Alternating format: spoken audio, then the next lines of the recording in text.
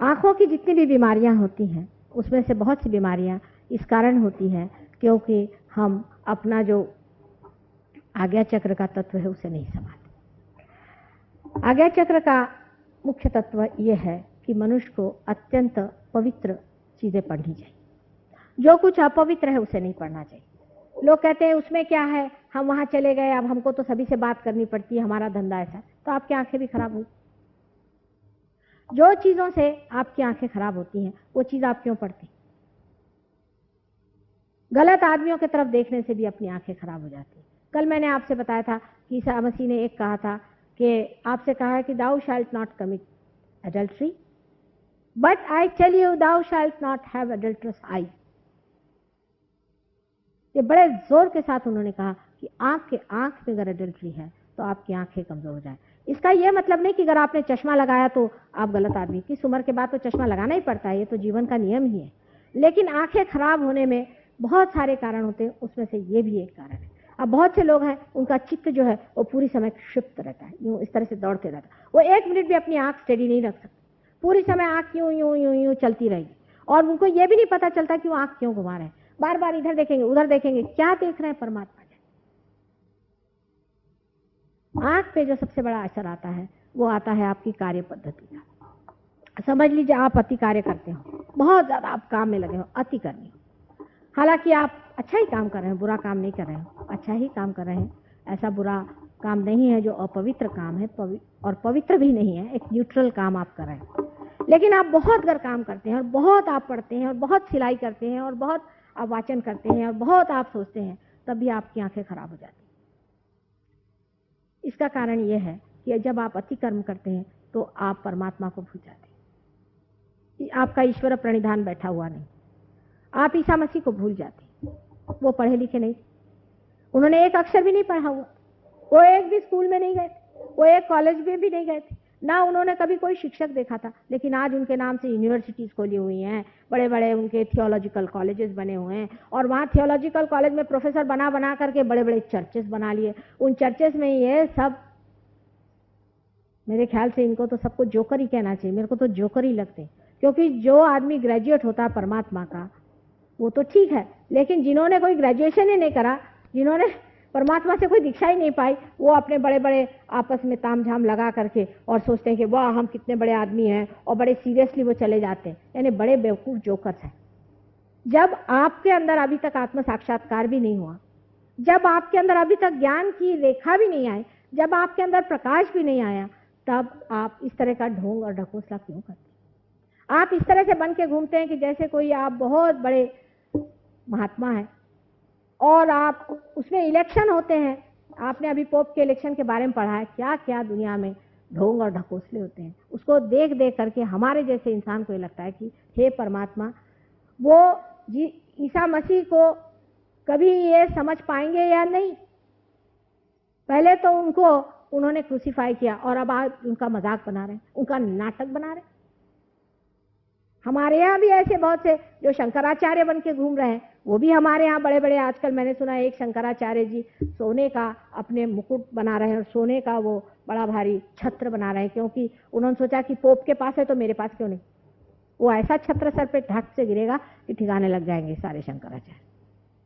जो आदि शंकराचार्य थे उनके पास में इतना भी पैसा नहीं था कि अपने माँ के शव को जलाएं, और आज ये जो शंकराचार्य हैं ये अपनी संपत्तियां जोड़ रहे हैं, पैसा जोड़ रहे हैं, और हम लोग जो अपने को बड़े अक्लमंद समझते हैं और उस शंकराचार्य से हम लोग दीक्षित हैं, वो लोग आज इन लोगों के पेट भर रहे हैं। अब कुंडलिनी का संबंध ही कहाँ यहाँ आता है बताइए? कुंडलिनी जो है ये अत्यंत पवित्र और सत्य चीज, ये ढकोसलेबाजी या कोई दुकान चलाना नहीं है, ये अत्यंत सत्य है। और इसके सत्य को आप आंक नहीं सकते जब तक आप स्वयं सत्य में उतरे। बाह्य से आप इसको आंक नहीं सकते। इसको पाने के लिए आपको स्वयं सत्य से तादाद में पाना होगा और सत्य से तदाकारिता लानी पड़ेगी। जब आप सत्य से एकाकार हो जाएंगे तब आप जानेंगे कि ये ही परम सत्य है, कि आप उस परमपिता परमेश्वर के एक साधन है जिसके अंदर से ये एनर्जी बहने वाली है, और इसमें से आप उस एनर्जी के साधन है, उस शक्ति के, उस प्रेम की शक्ति के साधन है, जिससे प्रेम शक्ति सारे संसार में संचालित होने वाली। पर इसमें कितना बड़ा बलिदान ईसा मसीह का है, जिसने कि हमारा आज्ञा चक्र हम लोगों के लिए खोल दिया। कुंडलिनी अगर आज्ञा चक्र ठीक नहीं होगा तो उठने ही नहीं वाली। किसी आदमी का अगर आज्ञा चक्र पकड़ा हुआ है तो उसको मूलाधार तो पकड़ ही जाए, वो कुंडलिनी उठने ही नहीं वाली। अगर किसी का आज्ञा चक्र बिल्कुल पकड़ गया हो तो वो कुंडलिनी किसी तरह से नहीं उठे। आज्ञा चक्र की पकड़ जब होती है तब उसके लिए हम उस पर सिंदूर लगाते, कुंकू लगाते। लोग पूछते हैं कि माँ तुम कुंकू क्यों लगाती हो? खासकर विलायत में लोग कहते हैं कि ये तो आप हमको सबको हिंदू बना रहे हैं। मैंने कहा मैं तो सबको ईसाई बना रही हूँ। ये तो ईसा मसीह का खून मैं सबको लगा रही हूँ कि याद करो उसे, जिससे तुम्हारा अहंकार हटे, तुम्हारी जितनी विपत्तियां हैं वो दूर हो जाए। जब वो सिंदूर लगता है तभी आज्ञा चक्र खुलता है और कुंडलिनी ऊपर जाती है। इतना कुंडलिनी का और इस महान अवतरण का संबंध है, क्योंकि श्री साक्षात गणेश जो कि उनकी लज्जा एक स्थल पे बैठकर संभालते हैं, वही आज्ञा चक्र पे आकर के उसका मार्ग खोल देते हैं और दरवाजा खोल देते हैं। इस चक्र के लिए हमें क्या करना चाहिए? इस चक्र को ठीक करने के लिए हमें क्या करना चाहिए? इसके लिए अनेक मार्ग हैं। जैसे मैंने कहा कि अपनी कार्य पद्धति सुधारनी चाहिए। कि आदमी जब बहुत ज़्यादा कार्य करता है, आप जानते हैं, उसे डायबिटीज़ जैसी बीमारी हो जाती है, जिससे आंखें बहुत कमज़ोर हो जाती हैं। मनुष्य को अपने काम की पद्धति थोड़ी सुधारनी चाहिए। काम तो करना चाहिए, लेकिन समाज में इतने असंतुलन है कि एक आदमी काम से मरा जाता है बेचारा और दूसरा आदमी बिल्कुल ही काम नहीं करता।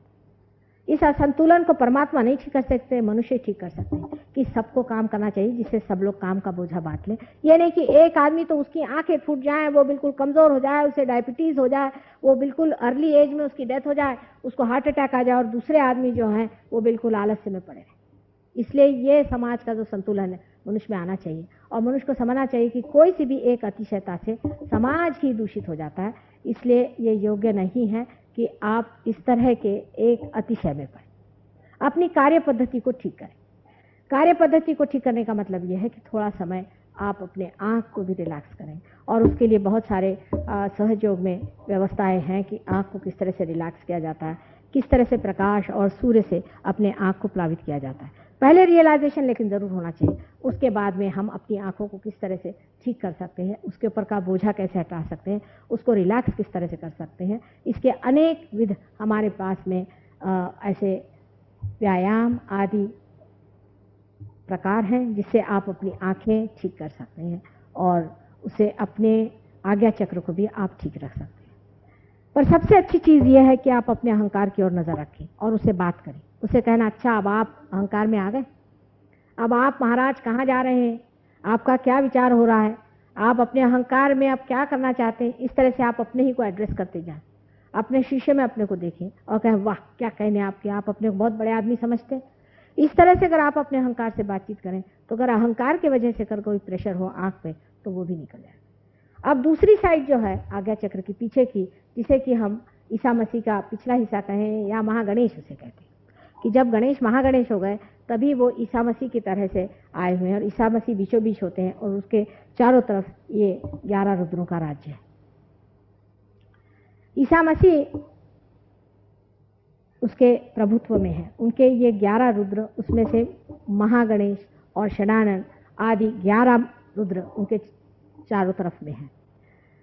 अब जिस वक्त में आप आंखें बंद करते हैं और कुंडलिनी जागृत होती है, तब आप देख नहीं पाते कि अंदर क्या हो रहा है, पर अगर आप आंखें खुली रखें तो हो सकता है आपको 1 मिनट ऐसे लगे कि आंखें जो विस्फारित हो रही हैं और आप एकदम अंधेरा सा आपके सामने आ गया, क्योंकि डायलेटेशन ऑफ द प्यूपिल होती है। जब आपकी कुंडलिनी ऊपर जागृत होती है तब आपके अंदर डायलेटेशन ऑफ द प्यूपिल हो जाती है और रिलैक्स हो जाती है प्यूपिल्स, और ये पैरासिम्पैथेटिक का काम है।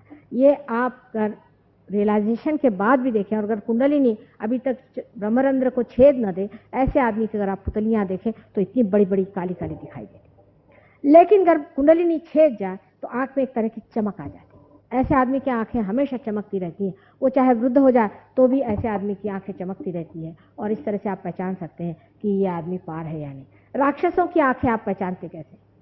राक्षसों की आंखें बिल्कुल बिल्ली जैसी थी। आपने बिल्ली की आंखें कभी देखी हैं कि नहीं पता नहीं, पर बिल्ली की आंख में उसका जो ये सफ़ेद रेटिना जो होता है वो छोटा होते होते एकदम एक उसकी जो बीच की जो प्यूपिल होती है वो एकदम छोटी होकर के एकदम लुप्त हो जाती।